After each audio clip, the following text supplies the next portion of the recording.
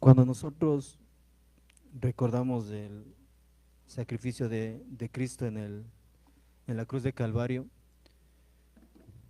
muchas veces nos hace falta recordar que Cristo fue tan humano como usted y como yo. Él no fue y esto lo dijimos en la vigilia, Él no era un Dios fingiendo que le duele. Él era una persona como usted que estaba en una cruz sufriendo. Y, y muchas veces nosotros actuamos como que ese sacrificio fue como que muy poco para un Dios. Y realmente nos hace falta mirar al lado humano de Cristo. Porque muchos de nosotros cuando nos cortamos, especialmente los varones, eh, Dios nos diseñó para utilizar la fuerza en el trabajo, pero realmente somos que como que nos gusta que nos consientan, ¿no? Cuando nos da una gripe, a la cama. Nos gusta que nos consientan y, y, y no hemos entendido o no hemos comprendido totalmente que si a nosotros nos duele una cortada, nos duele un golpe, imagínense tener todo el cuerpo lacerado, todo el cuerpo con cortadas, con moretones, escupido, y aún así mantenerse firme hasta el final. Y eso es lo que quiero compartir con usted. Quiero que por favor cierre sus ojitos, Señor, que tu palabra sea la que nos hable en este día, que todos los que estamos reunidos aquí, Señor, podamos escuchar tu voz, que yo sea solo un instrumento que tú puedas usar para llegar al corazón de mis hermanos, que ellos puedan, Señor, conocer, bendecir y amar tu nombre por ese sacrificio en la cruz de Calvario, que no fue sencillo, fue único, nadie más lo haría. Gracias, Señor, en el nombre de Jesús. Amén. No podemos dejar de lado que la Biblia, en primer lugar, fue escrita para los creyentes, ¿sí? Y a través de la Biblia nosotros como creyentes también compartimos el mensaje a los no creyentes, ¿sí? Pero esta Biblia nosotros debemos entenderla en el contexto o poniéndonos en los pies de los judíos, ¿no? Porque la Biblia fue escrita en primer lugar para los judíos, ¿sí? La Biblia dice, la ley, la salvación viene de los judíos, ¿sí? Entonces debemos de entender la Biblia desde la perspectiva de los judíos. Y los judíos tienen algunas costumbres bastante peculiares, porque, por ejemplo, aquí los ecuatorianos, eh, casi en la mayoría del mundo, se considera que una persona es mayor de edad a los 18 años, ¿no es cierto? ¿Y cuál es la señal de la mayoría de edad? No que se vayan de la casa, es ir al registro civil y sacar la cédula de mayor de edad, ¿cierto?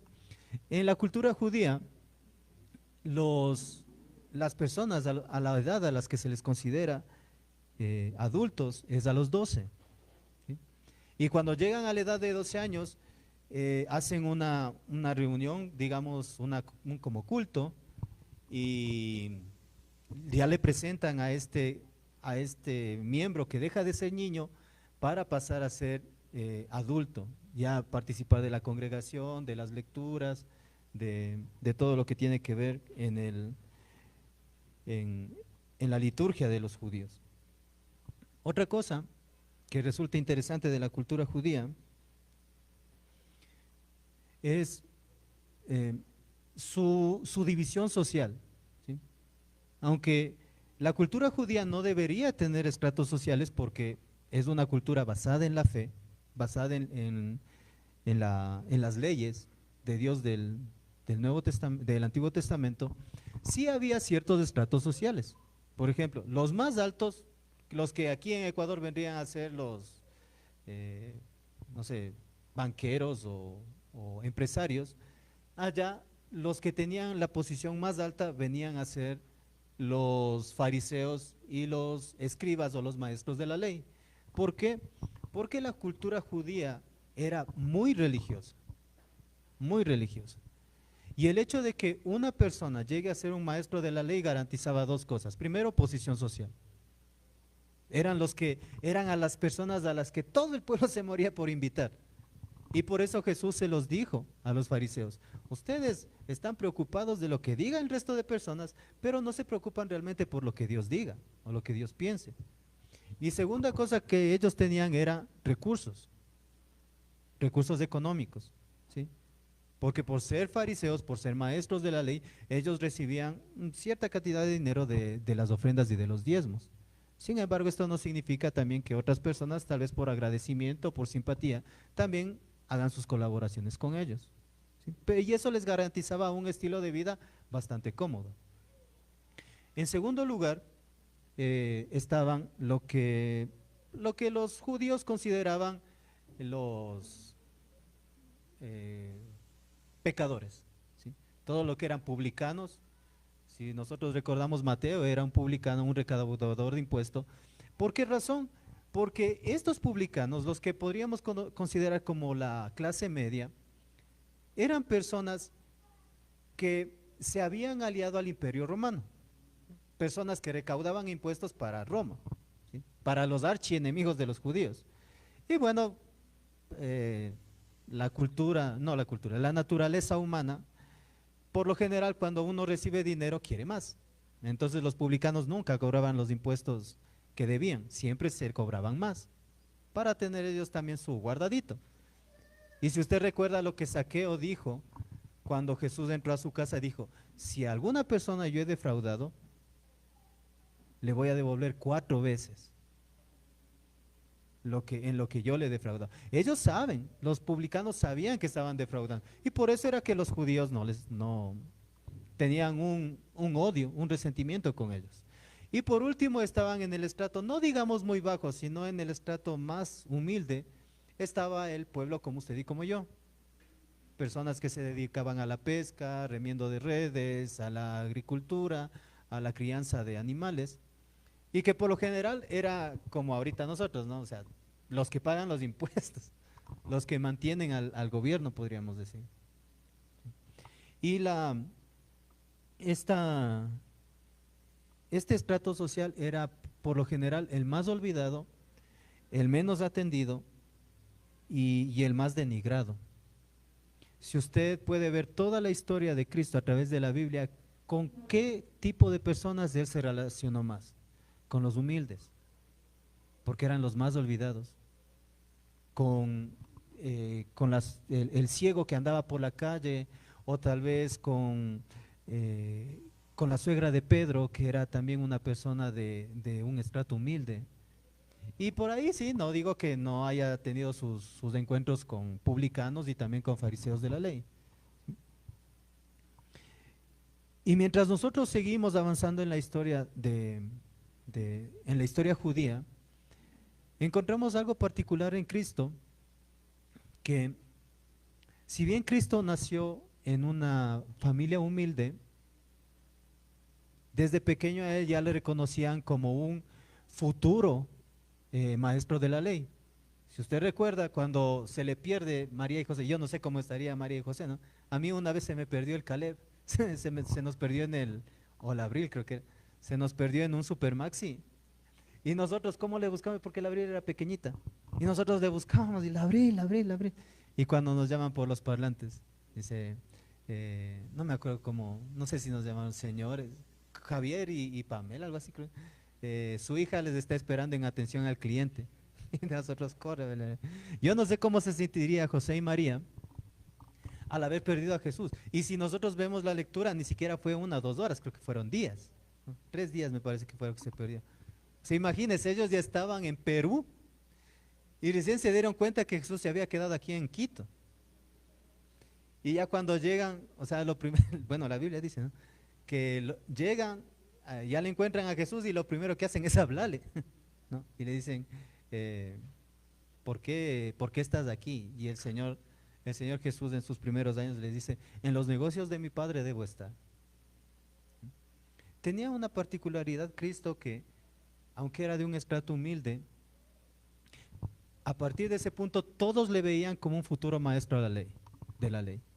Y por eso es que inclusive hasta los fariseos, no sé si tal vez en forma de sarcasmo o tal vez porque ellos veían el potencial de Cristo, que muchos de ellos le llamaban rabí, maestro, inclusive en el Evangelio de Juan le llaman raboni, que es otra palabra para maestro, porque veían en Jesús un potencial maestro, no veían al Cristo, no veían al Mesías, no venían a ver a esa persona que les iba a salvar, sino veían solamente a un muy buen maestro, ¿sí? Y muchos judíos, muchas personas, se quedaron con esa visión, con la visión de que Cristo iba a ser solamente un gran maestro. ¿Alguno de ustedes conoce a Mahatma Gandhi? Los que recién se graduaron del colegio deben saber quién es, ¿verdad? ¿Sí? Mahatma Gandhi. Sí. Mahatma Gandhi, en una de sus frases célebres, dice que él cree en Jesús, ¿sí? Él admira el trabajo de Jesús. Él le admira como un gran maestro, pero nunca le aceptaría a él como un salvador. Lo dijo él. Porque muchas personas de ese tiempo se quedaron solamente con la idea de que Cristo iba a ser un gran maestro, pero no pasaba de ahí. ¿Ok? Interesante, ¿no? Desde la caída del Edén, desde el comienzo de la humanidad,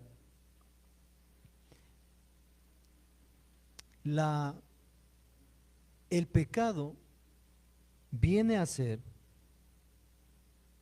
un tirano. ¿Sí? ¿Cómo definiríamos nosotros un tirano? Una persona que no le importa si yo estoy bien, no le importa si es que estoy mal, no le importa si es que estoy sano, no le importa si es que estoy enfermo, tengo que hacer lo que él diga. Eso es un tirano. ¿Sí? Y a veces, en algún momento, uno de mis alumnos me dijo, yo tengo un tirano como papá, me dijo. Y yo me ponía a pensar, no creo que sabe lo que es ser un tirano. ¿Sí? Porque eso es lo que hace un tirano, obligarle a hacer cosas que a veces que usted no quiere, ¿sí? Solo porque al tirano le da la gana. El pecado viene desde el Edén siendo un tirano con la humanidad. Y en la historia del Medio Oriente, el pecado no solo era una falta moral, o sea, no es que solamente yo peco y me siento mal, ¿sí? Porque eso es lo que produce el pecado. El pecado lo primero que produce es culpa. Eso es lo primero. Porque cuando usted se coge algo, cuando usted se baja del bus y en lugar de darle el vuelto de A5 le dan de 20, lo primero que siente es esa batalla, no, chuta, y ahora entrego o no entrego porque chuta, esto me sirve para la comida de la semana. Y si usted se baja con ese vuelto, lo primero que siente en su corazón es, ok, yo tengo para la semana, pero ¿qué tal si al chofer le descuentan? Si siente una culpa. Lo primero que el pecado trae culpa. Pero no solamente es la falta moral o ese dolor en el corazón lo que produce el pecado, sino también causa una deuda impagable.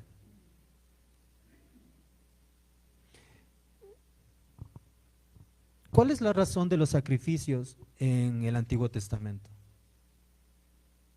La razón de los sacrificios es que ese corderito, esa ternero, esas palomitas, esa ofrenda de harina que se ofrece al sacerdote, venga a reemplazarme quién soy yo. Venga, que ellos mueran en lugar de mí. ¿Sí? Pero imaginémonos un mundo donde no haya animalitos, donde solo hubiésemos seres humanos.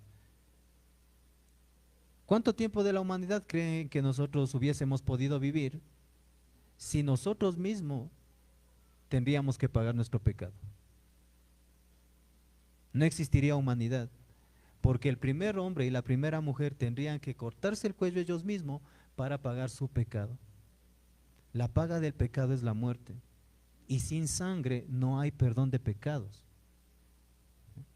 Por eso es que Dios en el Antiguo Testamento no les dice que se corten el cuello. O también no les dice que se corten aquí las palmas y que, no sé, que derramen un poquito de sangre en el suelo y ya, no. Ellos dicen que pongan la mano encima del animalito por el que van a sacrificar y al animalito sí le degollen. Porque sin muerte, sin sangre, no hay remisión de pecado. Entonces, el pecado no solo era una falta moral, no solamente nos dolía en el corazón, sino también nos endosaba una deuda que nunca íbamos a poder pagar. Pero también nos esclavizaba física y espiritualmente. Todos nosotros, y muchas veces nosotros lo hemos dicho, todos nosotros tenemos batallas y luchas diferentes. La batalla que usted está pasando no es la misma que está pasando el pastor, no es la misma que está pasando la hermana que sirve en la iglesia, no es la misma que el hermano que está tocando un instrumento musical. Cada uno de nosotros tiene una batalla diferente, ¿sí? Y por eso es que nosotros no podemos decir, yo no sé cómo ese hermanito no puede dejar de tomar, porque no es su batalla. Usted no está en los pies de esa persona. O, sí, yo ya dejé las mujeres, ya a mí no, es más, yo solamente le soy fiel a mi mujer, ¿ya? Pero tal vez esa es su batalla, pero tal vez no es la batalla de la otra persona, ¿sí? Y cuando nosotros pecamos nos hacemos esclavos, porque si usted lo hace, y yo estoy seguro de que usted lo ha sentido, cuando usted eh, peca, cuando usted hace algo que no debe, eso se le vuelve un vicio. Si es que usted no le corta a tiempo, se vuelve un vicio. Y luego ya no es tan malo. Es hasta como que le encontramos el gusto, ¿no? Ya no, un tabaquito no es nada, una cajetilla mejor. O ya no es suficiente ver una página 3X, sino ahora ya vemos deep webs. ¿Por qué? Porque el pecado nos hace esclavos. Nos hace esclavos tanto en lo físico como en lo espiritual.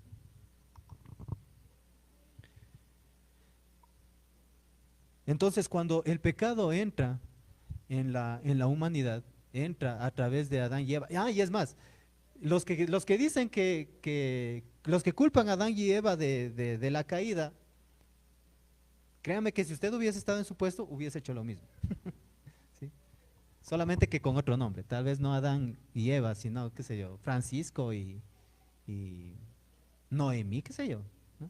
Porque usted hubiese hecho lo mismo.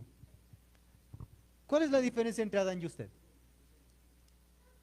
Solamente que Adán nació primero, o solamente que Adán no tuvo suegra, ¿no? Pero ahí no hay diferencia.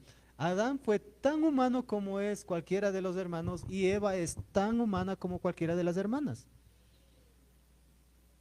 Así que si usted hubiese estado en los zapatos, en los pies de Adán y Eva, usted hubiese hecho lo mismo.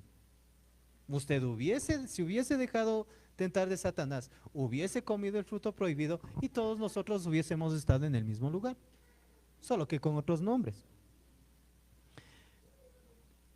Cuando Dios ve que el pecado entra, porque si usted recuerda, ¿qué es lo primero que Dios le dice a Adán y a Eva cuando pecan? ¿Dónde están?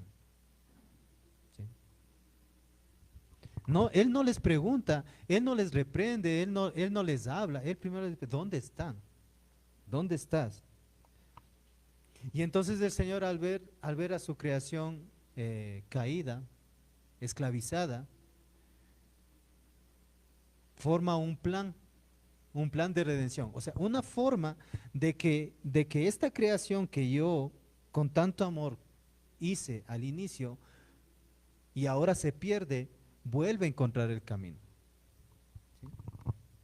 Y usted lo puede ver en el libro de Génesis, que el plan de salvación de Dios comienza con un animalito del cual Dios hace túnicas y, y hojas para cubrir su vergüenza. Entonces ahí nosotros ya sabíamos, desde ese momento sabíamos que necesitábamos a alguien que nosotros no podíamos salvarnos del pecado, que necesitábamos de un redentor. Y durante todo el Antiguo Testamento nosotros vemos infinidad de ejemplos en los que hay personas que toman el lugar del pecador para redimirles, para salvarles, ¿sí? Un ejemplo muy claro de esto es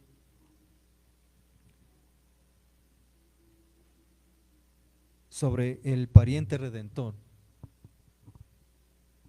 Un pariente redentor es una persona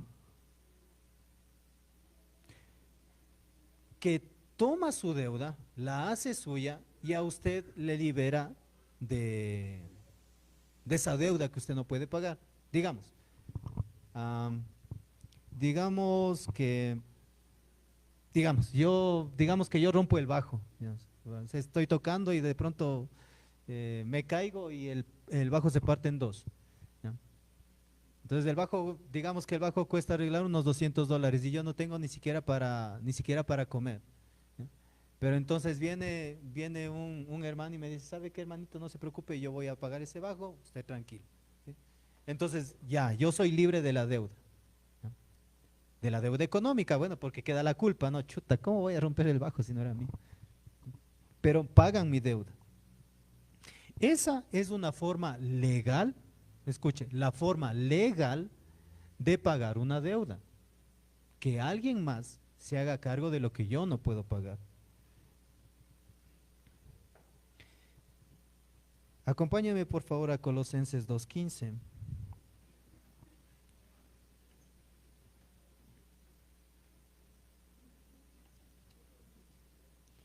Colosenses 2. Colosenses capítulo 2, verso 15.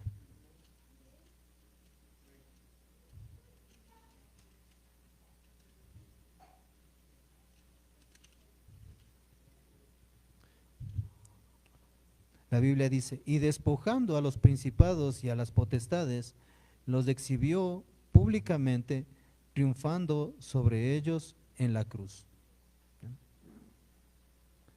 Ahora, ¿se acuerda de lo que yo le dije de pagar la deuda? Esa era una forma de, de victoria, ¿no? Porque si alguien rompe algo y alguien paga mi deuda, entonces, o sea, yo me siento como, ok, ya no te debo nada, nos vemos. O sea, siento también mía ese sentimiento de victoria, de ya no deber a nadie, ¿sí?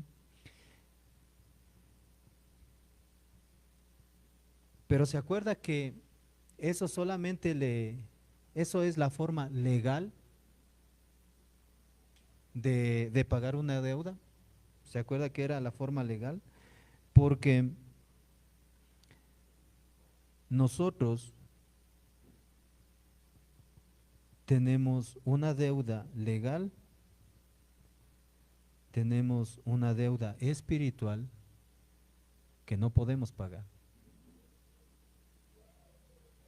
Y ni siquiera teniendo todo el dinero del mundo vamos a poder pagar la deuda espiritual, porque nadie puede pagarla. El pecado, como ya vimos, el pecado exigía que alguien muera, ¿ya?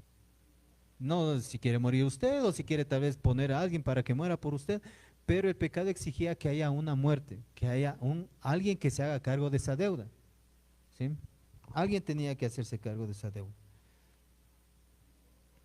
Y esta persona tenía que ser sumamente especial, porque no podía ser una persona como nosotros, sino tenía que ser una persona perfecta en todo. Una persona en la que nadie puede encontrar una falta. Y esa persona es Jesucristo. Segunda de Corintios 5:21 dice, al que no conoció pecado, por nosotros lo hizo pecado, para que nosotros fuésemos hechos justicia de Dios en Él.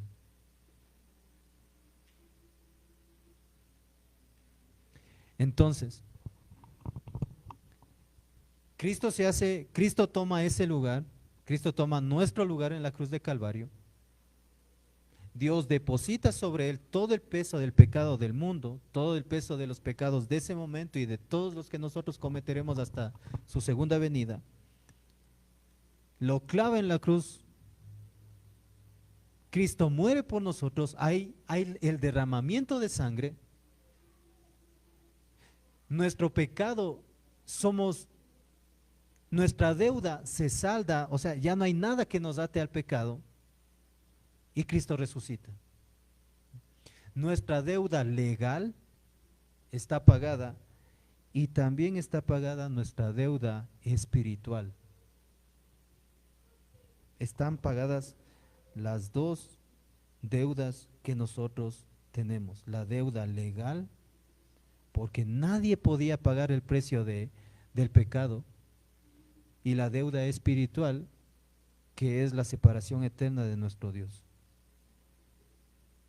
Ahora, ¿qué es esta deuda espiritual? ¿Se acuerda que yo le decía que el pecado, al principio el pecado, bueno, hay una deuda, ¿no? Volvamos a lo del bajo. Cuando yo rompo el bajo, hay una deuda legal, hay una deuda económica que yo tengo que pagar, $200 por arreglarlo. Pero también hay una deuda moral, que es ese dolor del corazón de ¿cómo voy a romper el bajo si no es mío? ¿Ya? Entonces Cristo paga las dos deudas, paga tanto la deuda legal, lo que cuesta arreglar el bajo, como ese dolor que yo tengo por haber hecho algo que no debía. ¿Sí?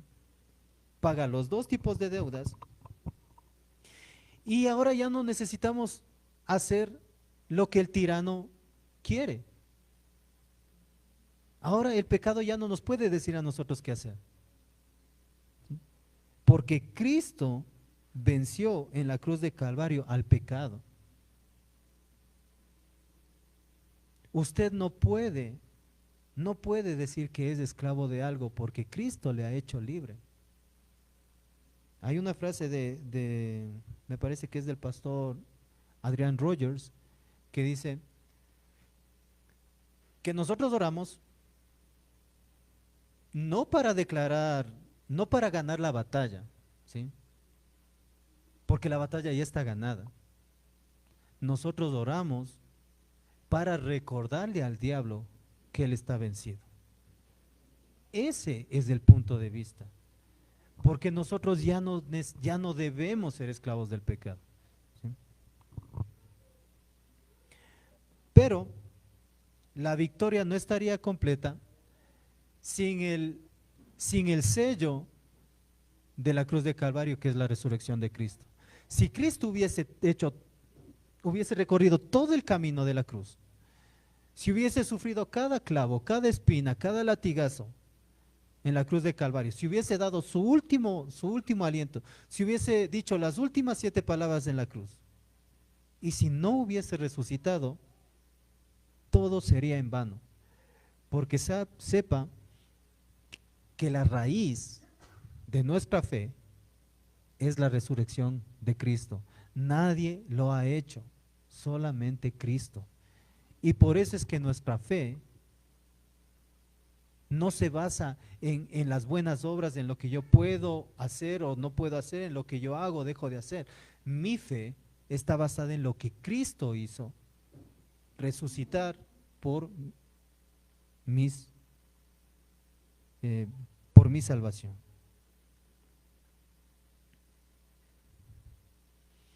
Cuando Cristo muere en la cruz de Calvario, lo primero que nosotros tenemos es la libertad de la culpa. Cuando nosotros venimos a Cristo, la primera carga que soltamos es la culpa. Es saber que todo lo que yo haya hecho en mi pasado está perdonado. Y aquí hay un punto un tanto sensible, porque hay personas que dicen, claro, y a veces es como que un poquito difícil también de aceptar, ¿no? Dice, claro, este asesino mata 5, 6, 7 personas, 2, 3, 4 niños, y luego se hace cristiano y ya entonces todos nosotros debemos perdonarle, ¿sí? O personas que estafan a familias, les dejan en la calle y estas personas tal vez en un momento de frustración toman la decisión de suicidarse y sencillamente se hace hermanito y ya todo quedó olvidado. Déjeme decirle que hay una diferencia muy grande entre una persona que se convierte y una persona que lo hace solamente por conveniencia. Le voy a poner un ejemplo. Hay hace unos 3, 4 meses atrás, y esto yo creo que es noticia que todo mundo por lo menos lo vio o lo escuchó, de un reto de una chica, creo que es en Inglaterra, que se puso el reto de acostarse con 100 hombres en un día, ¿sí? Bueno, y bueno, la chica hizo el reto y se acabó el reto y eso se hizo viral en las redes porque nadie lo había hecho antes y, y la chica muy orgullosa y dice, todo lo que hice lo hice porque eh, nadie lo había hecho antes, ¿no? Pasaron los días y ahora resulta que el nuevo reto era acostarse con 1000, ¿sí? Y en esta transición que hay en el periodo de estas dos cosas, esta chica se vuelve cristiana, se bautiza en una iglesia en Inglaterra, ¿sí? Y, y hasta ahí todo bien, porque nosotros no podemos ser jueces, ¿no? O sea, nosotros también tenemos un pasado que no quisiéramos recordar, que quisiéramos olvidar. Y esta chica, bueno, tomó la decisión de hacerse cristiana y de bautizarse, ¿sí? Y aquí es donde viene la diferencia. Esta chica se bautizó y dijo, en otras palabras, que se había convertido a Cristo, pero que no iba a dejar su estilo de vida. Que la fe no tiene nada que ver con lo profesional, con lo profesional. ¿Si ve cómo la fe puede convertirse en una excusa? ¿Sí? Mire, entonces, nosotros, es cierto que nosotros no podemos juzgar a otras personas, ¿sí? Pero por sus frutos los conoceréis. Cuando Cristo muere en la cruz de Calvario, lo primero que nos liberta es de la culpa, ¿sí? Es de la culpa de lo que hayamos hecho en el pasado. Y nuestra conciencia no es limpia por el esfuerzo, no es ponerse en la cabeza y decir, ya no me voy a sentir mal por mentir, ya no me voy a sentir mal por robar, ya no me voy a sentir mal por drogarme, sino mi conciencia se limpia por la sangre de Cristo, porque yo sé que no puedo dejar el alcohol, yo sé que no puedo dejar la pornografía, yo sé que no puedo dejar de mentir, pero Cristo sí, Cristo me da el poder, porque Cristo me liberó. Y yo ya no tengo que ser esclavo del pecado, ¿sí?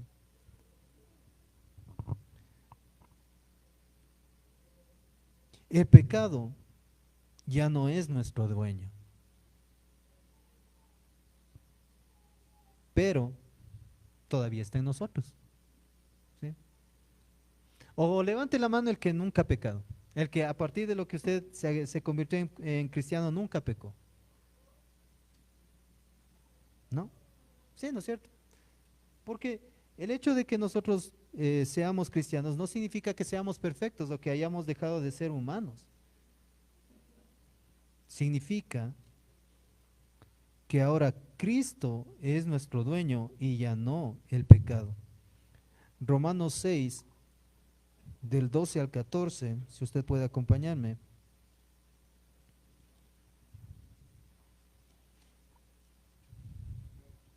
Romanos capítulo 6, versos 12 al 14 dice: Voy a leer en una versión que esté tal vez un poco diferente. Así que no dejen que el pecado controle su cuerpo mortal, ni obedezcan a sus deseos perversos.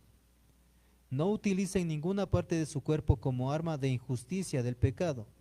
Mejor pónganse al servicio de Dios como personas que han muerto y resucitado. Ofrezcan todo su cuerpo como arma de justicia a Dios. El pecado ya no gobernará sobre ustedes, porque ya no están sujetos a la ley, sino solo al generoso amor de Dios. Miren, no sé cómo diga en su versión, pero fíjese bien en este versículo que no dice, ya no van a pecar, ¿no? Aquí no dice, así que ustedes ya no van a pecar. Aquí dice, ustedes dejen, perdón, no dejen que el pecado controle su cuerpo. Ustedes no dejen que controle el pecado su cuerpo. No le obedezcan ni cumplan sus deseos, ¿sí? Nosotros tenemos la decisión de hacerlo o no hacerlo, porque hay una responsabilidad. Cristo hizo su trabajo en la cruz de Calvario y hizo un trabajo total. No hay nada que agregarle al trabajo de Cristo. La salvación se hizo en un momento, en el momento en que Cristo expiró y resucitó, la salvación está completa. Pero la santidad que se necesita para vivir con Cristo es progresiva. Cada día, cada momento.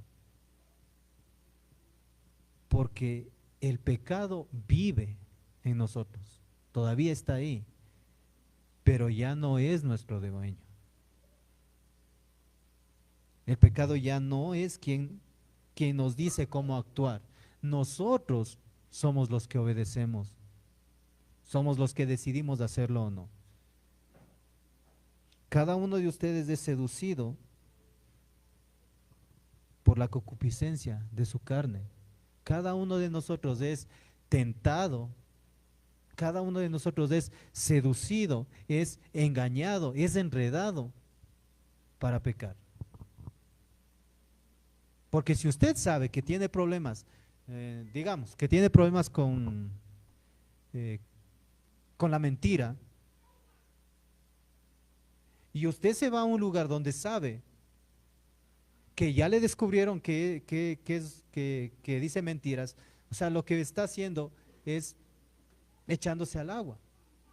O si usted sabe que tiene problemas, qué sé yo, con el cigarro, usted no puede ir a una discoteca, no puede estar en una reunión social donde todos fumen.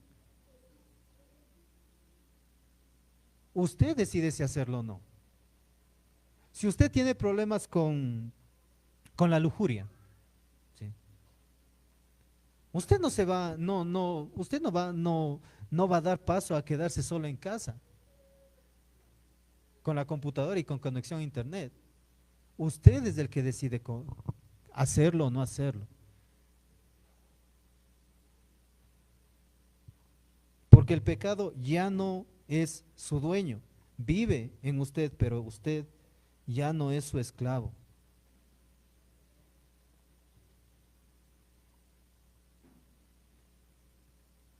Con la victoria de Cristo tenemos libertad de culpa, tenemos poder sobre la tentación y también tenemos acceso al Padre.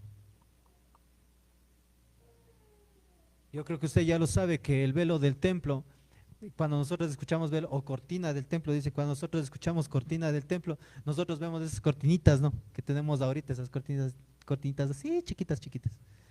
Y que bueno, con el tiempo ya y con la exportación de los países del Asia, uno coge esas cortinas, ¡puf! ¡Shoo! Se va toditos los hilos. La cortina del templo era una cortina, te escuche, que ni siquiera dos caballos que se ataban a los lados podían romper. Se ponían dos caballos a los lados de esa cortina y ninguno de ellos podía romper esa cortina, porque aparte era una cortinota, tuco de cortina, que indicaba la impotencia del ser humano de hacer algo para acceder a Dios. Pero cuando Cristo muere, esa cortina se rasga y todos nosotros ahora podemos entrar al Padre. Podemos tener acceso al Padre, podemos contarle lo que nos pasa, podemos escucharle hablar, podemos conocer su propósito para nuestra vida.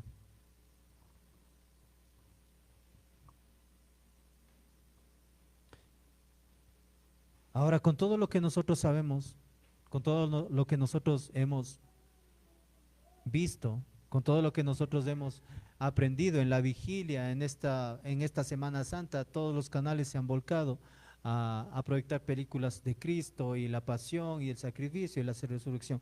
Con todo lo que nosotros hemos aprendido ahora, ¿cuál es nuestra respuesta? Porque en toda la historia del ser humano siempre ha habido dos caminos: el sí o el no, la luz o la oscuridad, Dios o Satanás. Siempre ha habido opción. Y nosotros somos los que decidimos qué hacemos. ¿Cuál es la respuesta? ¿Qué es lo que nosotros deberíamos, cuál debería ser nuestra respuesta ante el sacrificio de la cruz de Calvario? Primero, que nuestra vida sea ese sacrificio. Ahora, en lugar de ofrecer animalitos, no sé si es que aquí hay alguien que cría animalitos. ¿Cuánto costará una oveja? ¿Unos 200? Pongamos unos 200. Ya. Ahora solo imagínense.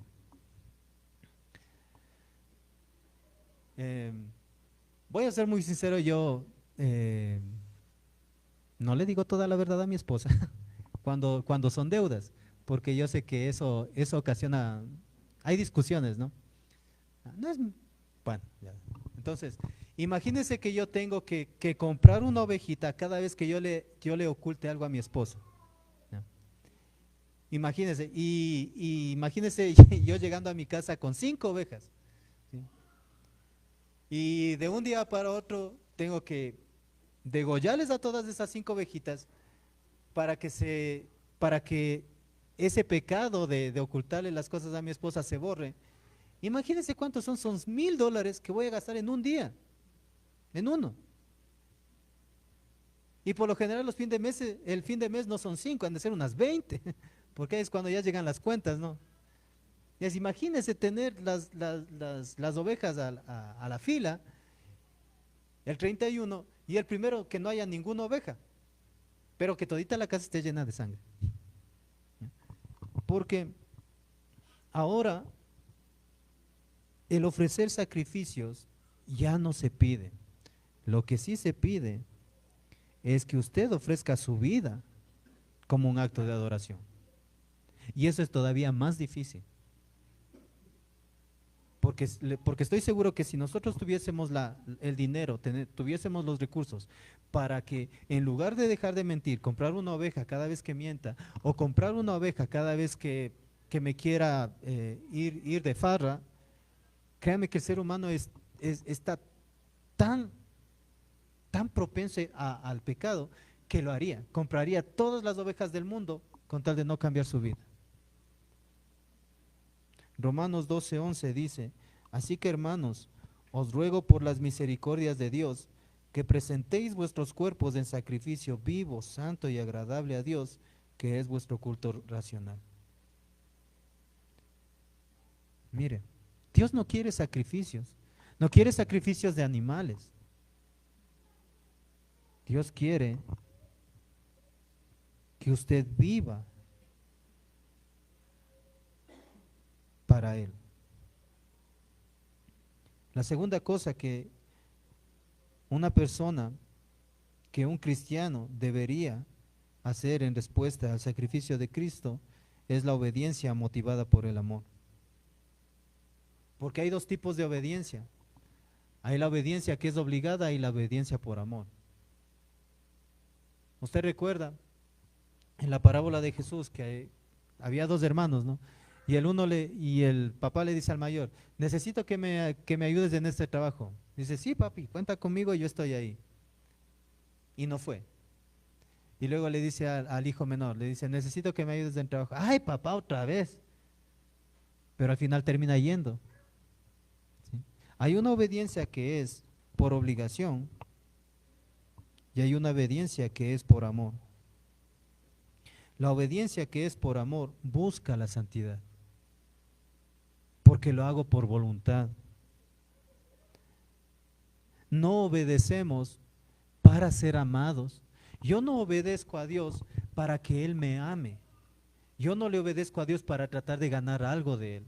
Yo no le obedezco a Dios para que me dé el carro, para que me dé el teléfono, o para que me dé la casa, o para que, no sé, o para que se resuelvan los problemas con mis compañeros de trabajo. Yo no lo hago para conseguir algo. Yo lo hago porque Dios me ama. No lo hago para que Dios me ame. Dios ya me ama.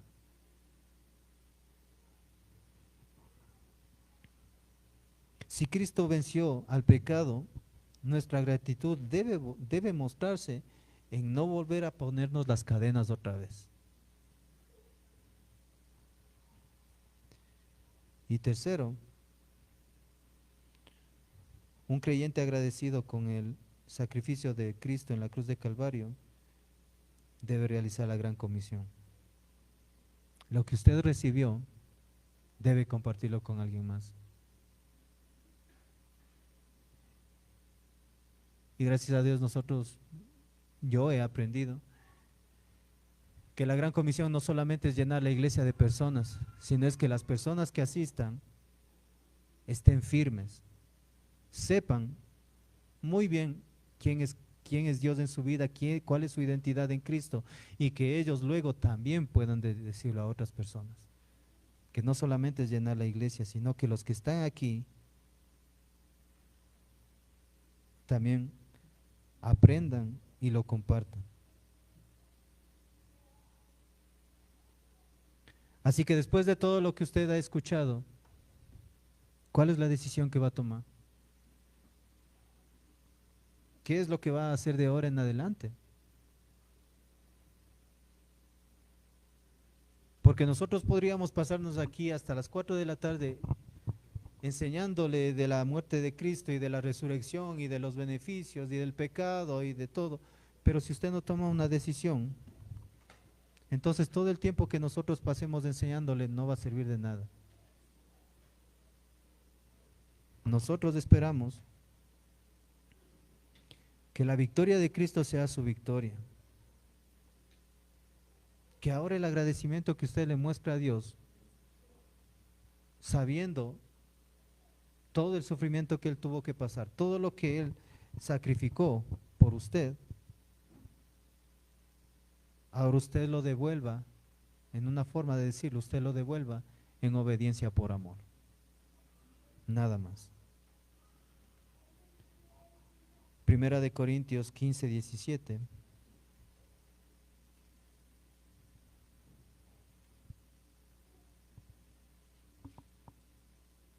Y con esto termino. Primera de Corintios 15, 57.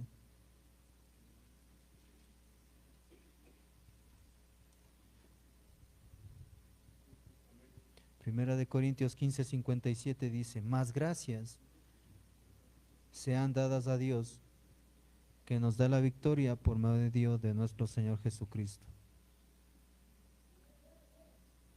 Más gracias sean dadas a Dios, que nos da la victoria por medio de nuestro Señor Jesucristo.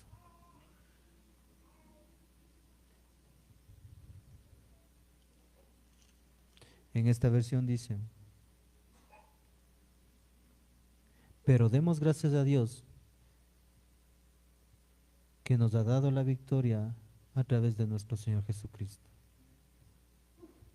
Usted ya es un victorioso, usted ya tiene la victoria. Solamente tiene que declararla y vivirla. Amén. Cerremos los ojitos. Señor,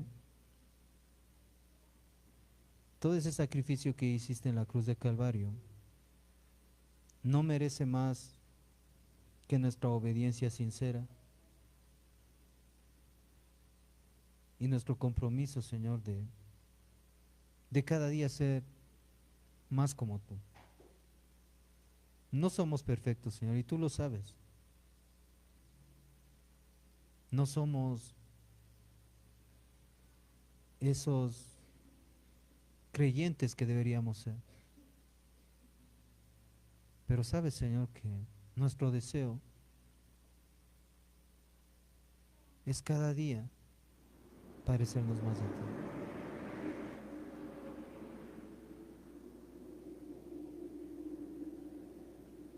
Y por eso, Señor, es que queremos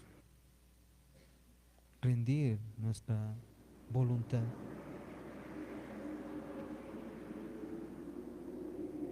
rendir nuestros deseos, rendir Padre, en tus manos todo lo que somos. mi espíritu.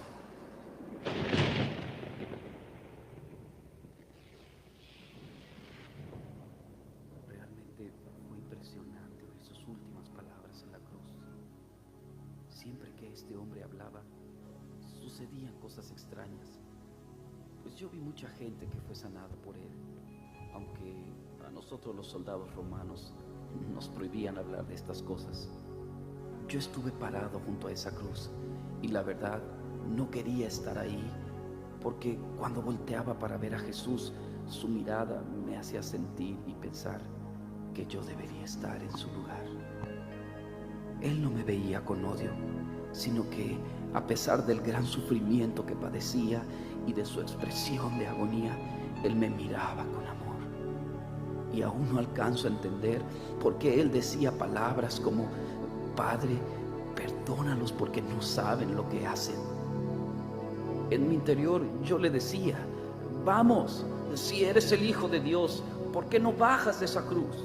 Porque si dicen que no has conocido pecado, mueres por los pecadores y los presentas justos ante tu Padre, cuando creo que el único justo eres tú. De pronto me di cuenta que mi cuerpo comenzó a temblar, porque parecía que Él escuchaba mis pensamientos, y mientras por su cuerpo desfigurado corría la sangre, Él me decía con su mirada: si no bajo de esta cruz, es por amor a ti. Te alabo, te exalto, Cristo Jesús, pudiendo bajar de la cruz, tú preferiste morir en obediencia al Padre por amor a mí. Te adoro, Cordero de Dios, me rindo a ti y hoy crucifico mi ser. Sé tú hoy en mí, en obediencia al Padre yo te serviré, por amor a ti. Por amor a ti, Señor. Por amor a ti.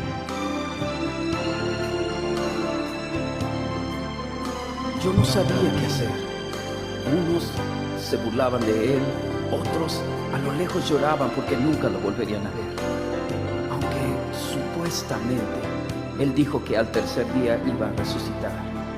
Y bueno, por esa razón me ordenaron cuidar esta tumba. Sinceramente yo quisiera irme de este lugar. No sé por qué, pero me siento un poco temeroso. Además, yo no creo que este hombre salga de la tumba, y mucho menos creo que pueda mover esta piedra tan pesada. Claro que no, esto no sucederá. pues le vimos morir. Es más, le enterramos la lanza en su costado y sus piernas ni quebrarlas fue necesario. Él estaba muerto. Ahora, que yo recuerde, todos los reyes, emperadores y profetas.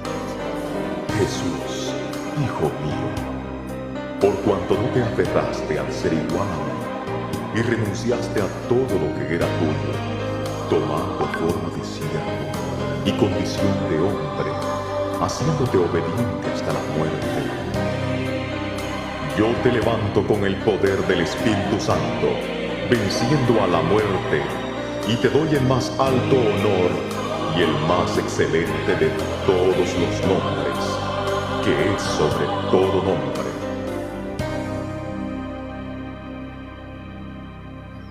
Bueno, pues ya está amaneciendo, y como era de suponerse, aquí no sucedió nada. Sin duda que este hombre era un profeta más. Pero, ¿qué está pasando? No puede ser. La piedra se está moviendo. Oh, no. No lo puedo creer. Jesús ha resucitado. Él vive.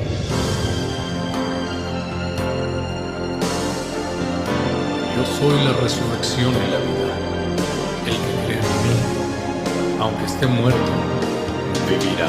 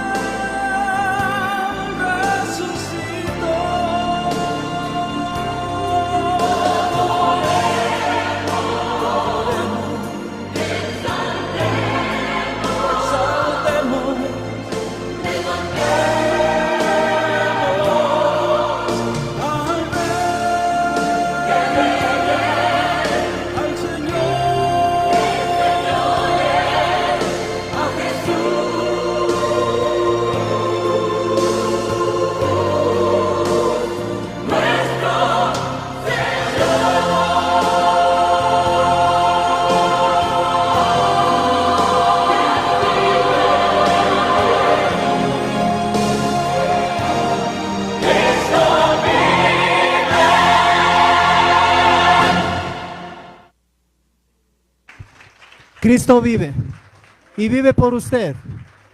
Cristo vive y vive por usted. Amén.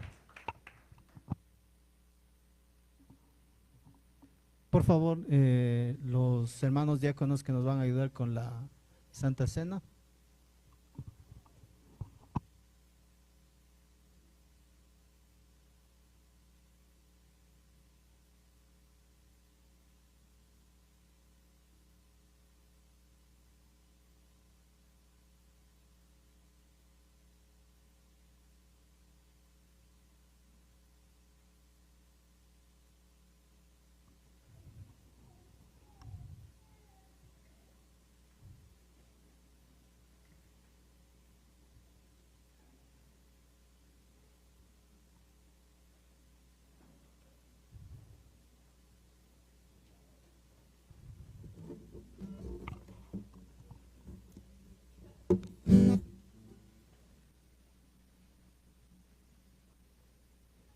Amén.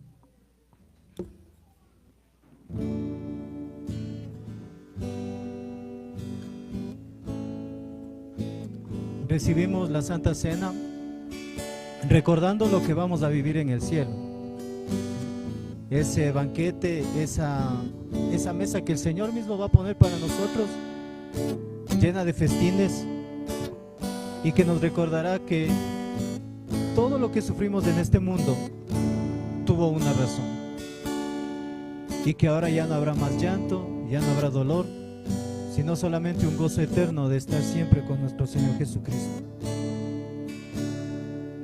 Porque yo recibí del Señor lo que también os he enseñado, que el Señor Jesús, la noche que fue entregado, tomó pan y habiendo dado gracias lo partió y dijo: tomad y comed, esto es mi cuerpo que por vosotros es partido. Haced esto en memoria de mí. Repartamos el pan, por favor.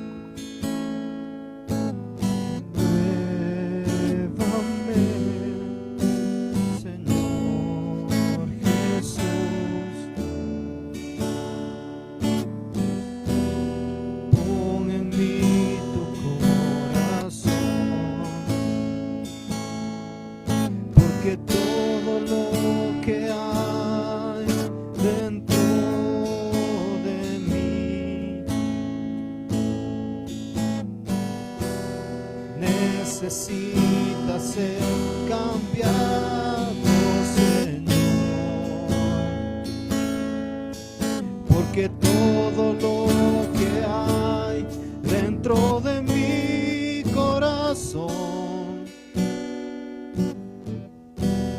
necesita más de ti, porque todo lo que hay, porque todo lo que hay dentro de mí necesita ser cambiado, Señor, porque todo lo que hay dentro de mi corazón necesita más de ti.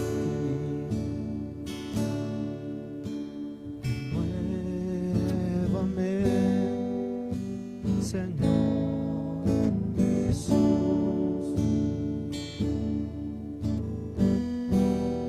Ya no quiero ser igual.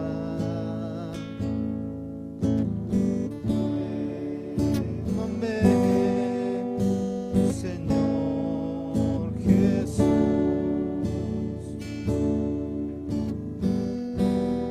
Pon en mí tu corazón,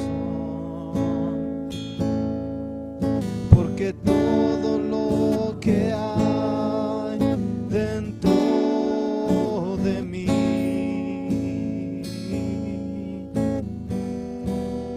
necesita ser cambiado, Señor, porque todo lo que hay dentro de mi corazón necesita más de ti,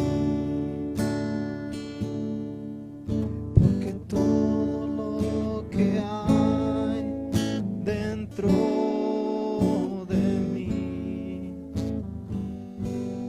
necesita ser cambiado, Señor, porque todo lo que hay dentro de mi corazón necesita más de ti. Y mientras comían, tomó Jesús el pan y lo bendijo y lo partió y dio a sus discípulos y dijo: tomad, comed, esto es mi cuerpo. Comamos.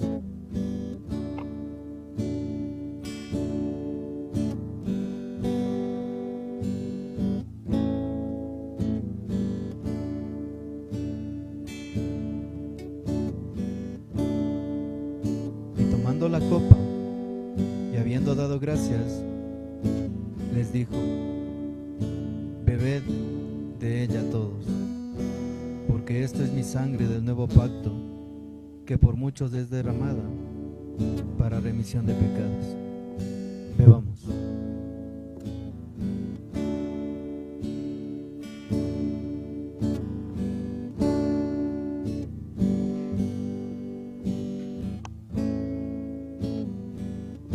Y os digo que desde ahora no beberé más del fruto de esta vid, hasta aquel día en que lo beba de nuevo con vosotros en el reino de mi Padre. Señor, gracias por permitirnos, Señor, recordar tu muerte, tus aflicciones, tu dolor en todo el camino, Señor, hacia la cruz. Gracias, Señor, por cada latigazo, por cada golpe, por cada gota de sangre que derramaste por mí. Y gracias, Señor, porque ahora puedo disfrutar de la esperanza de que tarde o temprano me reuniré contigo en el cielo. Te veré cara a cara y podré cenar contigo. Ya no, Señor, haciendo memoria de ti, sino contigo. Señor, en el nombre de Jesús, bendecimos a tu pueblo. Bendecimos a tu pueblo, Señor, con paz, con provisión, con compromiso, con unidad. Que puedas, Señor, llevarles a través del camino de la vida, siempre sujetos a tu mano, siempre con los ojos puestos en ti, y siempre, Señor, con la esperanza de que estamos próximos a reunirnos contigo en el paraíso. Señor, es nuestro compromiso vivir cada día más para ti, parecernos cada día más a ti, vivir cada día más cerca de ti.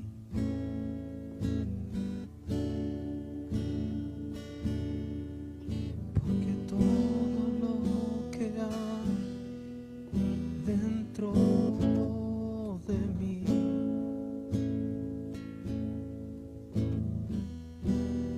necesita ser cambiado, Señor.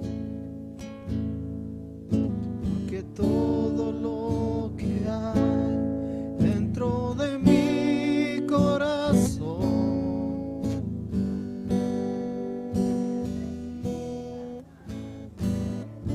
necesita